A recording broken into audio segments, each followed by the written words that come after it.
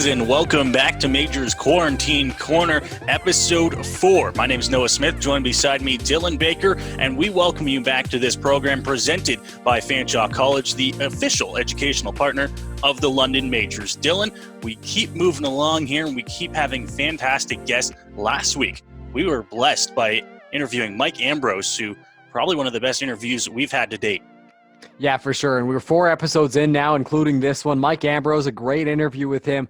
We got a chance to sit down, talk about his long time with the London Majors. He's been around for a while. He helps out with the summer camps. He's one of the players that's invested the most into the community. Mike Ambrose, a great guy to talk to. If you haven't checked out that interview, I strongly recommend you do. Absolutely. That's probably one of the biggest things I took away from that interview and talking to Mike is you really get a sense of the community, like you mentioned. He loves to give back. He loves doing those kids camps. And it really just shows because he was a guy that was at those kids camps. Now he's teaching them as a longtime member of the London Majors. Probably the thing that stuck with me the most. Definitely, Noah. And, it shows the impact that those camps have on young players because Mike, who went to those camps when he was younger, is now a member of the London Majors and helps out in trying to bring kids that same joy and that same passion for the game. It's really great to see. Make sure you check out Mike's interview from last week. But coming up this week, it's a former London Major in Chris Chambers joining us from California. He played 3 years for the Majors back in the early 2010s and a couple of games last year as well for this London Majors squad. He'll be joining us in just a little bit. But first, we'd like to remind you that you can still be placing your orders on the London Majors team store. We'll be picking up all your hats and other London Majors apparel. And Dylan, of course, another big thank you goes out to all those frontline workers. Yes, it does, Noah, and it's obviously very hard for everyone right now, and we're very thankful for the work that they're putting in consistently, whether it's at a grocery store, truck drivers, whatever your role may be, of course, the heroes that are working in the hospitals, and so we're very thankful for everything that they've done in this time. So without further ado, we'll go ahead and we'll welcome our guest here for Majors Quarantine Corner this week. It's Chris Chambers. Chris, how is it going? Doing well out here in California, just actually taking a little break from work right now, so doing great. Thanks for having me on. It's a pleasure to have you. We're excited to get a chance to chat with you. So, Chris, let's dive right into things. You played your college baseball at Oklahoma Baptist University. What was that experience like, and what were you able to take away from it? Oklahoma Baptist was great. It was an awesome experience. I think the main thing I learned from going out there was kind of independence, learn to be on my own. First time I was outside of mom's house, living in the Bay Area, and going out there, you really have to be self-accountable, and learn how to go to practice on your own without someone telling you, go to class on your own without someone telling you, just something that you get used to. And that's really something I took away from it. Just after the 2 years there, I think I felt that I was, ready to move on in life. Now, coming in as an import player when you came to London, tell us a little bit about, the process and how that kind of came about. Yeah, so that was a funny story, how life worked itself out to get me to London. So I went to Oklahoma, and then I played with, I'm sure you guys are familiar with the name Josh Palmer, Major all the way, one of the best pitchers I think the Majors have had probably in the history. So we had a great senior year, played together then, and I had another buddy, Mason Riley, who caught for the Majors actually in, I believe it was 08, because I joined 09. So he caught in 08 when they went to Game 7 against Brantford in the championship, and Mason had told Roop about me, and Roop had contacted me the next year. And the way Mason got in was from Palmer telling Roop about Mason, because Mason was a great switch hitting catcher who was a great player in Oklahoma as well. And me and Mason actually kind of grew up together, went to college at Chabot Junior College, Oklahoma, and then played on the Majors together. So it was a pretty cool experience and got me out into London. That's awesome. And when you arrived to the city, had you heard of it before? Obviously, I guess technically you have with your contacts that played for the Majors. What were your first thoughts when you got here? Yeah, so the only time I'd heard of it was from, I would say, Josh and Mason. And, it exceeded all expectations. I didn't really know about Canada. I was just a Cali boy coming in and, had never even been to Canada, I don't believe. I might have went to, Victoria because I'm on the West Coast and we drove up there or something. But exceeded all expectations. Literally call it my second home now. My wife's from London. Still have family, friends there now.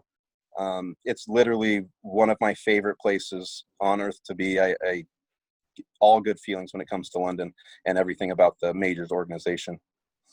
When you started with the Majors organization, you also got to share the field with one of the longest tenured player right now, Cleveland Brownlee, in his first season. You also got to play with him for a few games last year. What is the biggest difference between 2010 Cleveland and 2019 Cleveland? I mean, quite a bit, but also not a ton. I mean, I would say, so we played together I played in 09, then he came in 10. So 10, 11, 12. We played 3 years together, and then we got to suit him up again in this last year. And I would say his leadership, I mean, year by year, just kept getting, more profound, and he became a leader year after year. And in 2010, it was his first year, and I had already been there a year. So he was a little quieter, which, as you all know, Cleveland now, he's not the quietest guy. He likes to, voice himself and let everyone know that he's the man in town. And, I mean, he's really earned it. So I would say his leadership has really, became prevalent in the city and for the Majors organization. And then also, I didn't see him playing a position last time I was there, and me and him used to switch off in left field. We used to switch off at first. So we were always active on defense. And that was probably the biggest difference. I mean, other than that, still one of the best guys I've ever met, one of the best guys I played with. And I would have to say those are the two major things, really, just the leadership really coming back this last time, was just like, wow, Cleveland really, has solidified himself to be a major, and forever he'll be remembered. Yeah, it's awesome. We're big Cleveland fans, and any baseball fan around the city of London is a Cleveland Brownlee fan most of the time. What memories are you able to take away from your time playing with the Majors? Man, so many memories, so many good memories. It's hard to even start. There's just every year there's a different memory, there's a different squad, there's a different group. I would have to say just, the camaraderie and everything Roop does for all the players, the fans, the staff. Those are the memories I can't, they'll never be taken away from me. And I'm really happy I got to, share it. But I really can't key in on one. I mean, every single memory of London and playing with the Majors has just been so great that I really can't key in on one. It's just, there's so many fond memories there, and just, the guys and, becoming part of London, the city and the team, I think is just kind of in a whole, my main memory there. Now, you came back to London after a roughly 7-year hiatus last year to suit up for a couple of games. What was that feeling like to you? Was that something really special to come back and put on that same Majors jersey?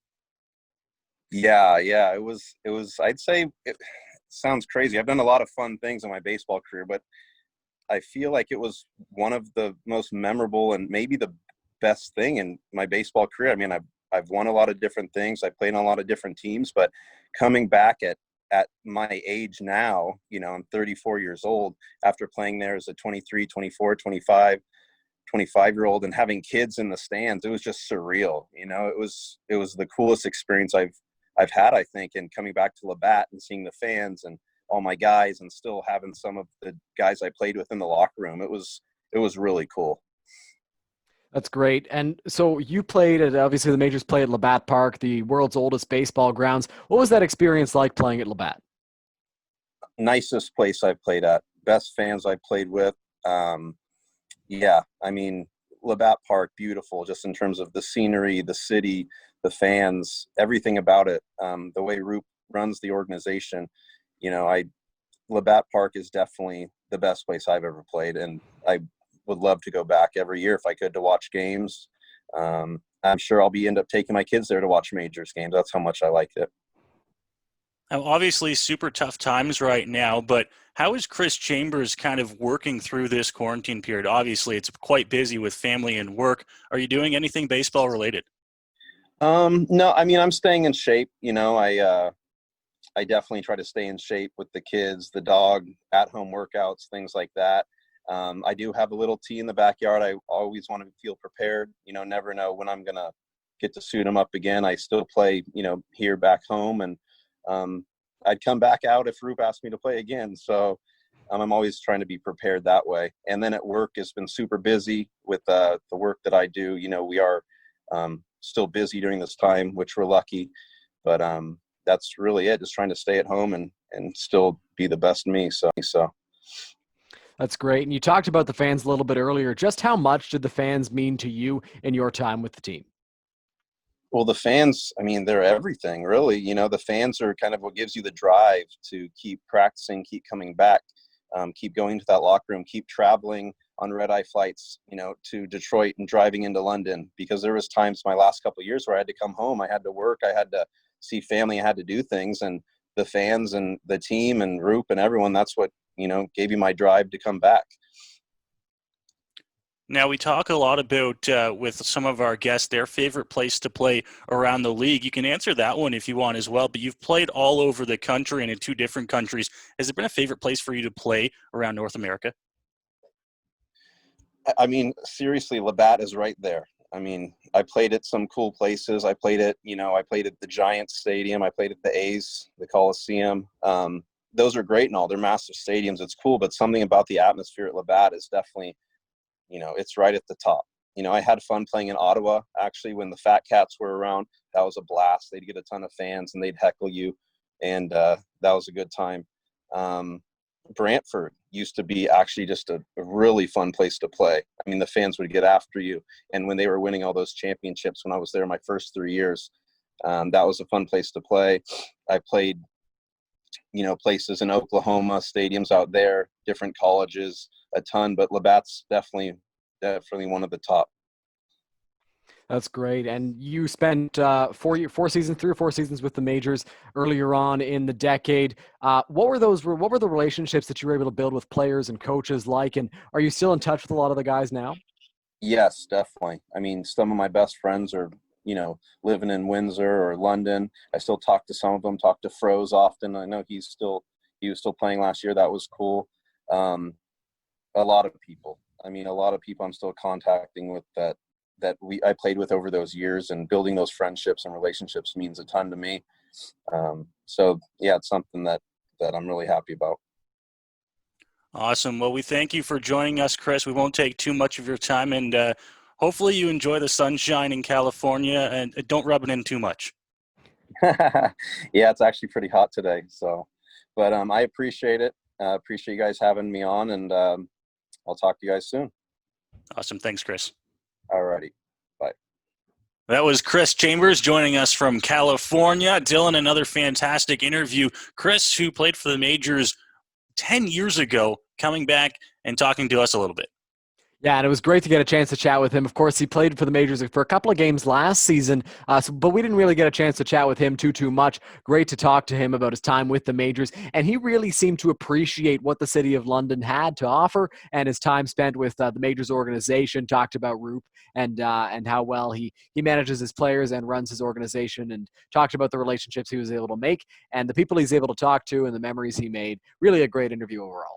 Yeah, it's something I think a lot of people from the Forest City sometimes take for granted is how beautiful Labatt Park is. And you really hear it when we talk to some of these former players, especially guys that are from the West Coast. You know, they say it's still one of my favorite ballparks that I've ever played in.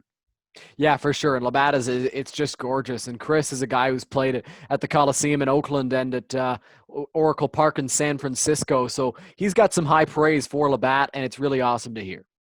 Coming up next week on the show, we are joined by current London Major Owen Boone. We'll get to talk to him a little bit in what should be another exciting interview. It definitely will be, Noah. And Owen Boone, one of the better strikeout pitchers on the Majors staff. He has been for the past few years. We're very excited to get a chance to chat with him. Of course, he was announced to be playing for the 2020 season before it got suspended. So should be a great conversation with Owen. Absolutely. It will be going on around the league here. Just a reminder that the IBL On Deck, the new show for the IBL, goes bi-weekly every other Tuesday. You can watch the previous episodes. Me and yourself, Dylan, we're on that, hosting that show, and some great interviews were had last week. Yeah, they were. Last week, we were able to talk to Dino Rumel and Cleveland Brownlee, 2 phenomenal guests. Cleveland, of course, longest tenured London Major, and Dino, the new Guelph Royals manager after having managed them in the 1990s as well. Some really phenomenal conversations with both of those guys, talking about their experiences in the IBL and how much they truly enjoy this league. That is on the IBL's social media pages, so you can check it out there. As for us, we'll leave you here now, and we will look forward to talking to you next week.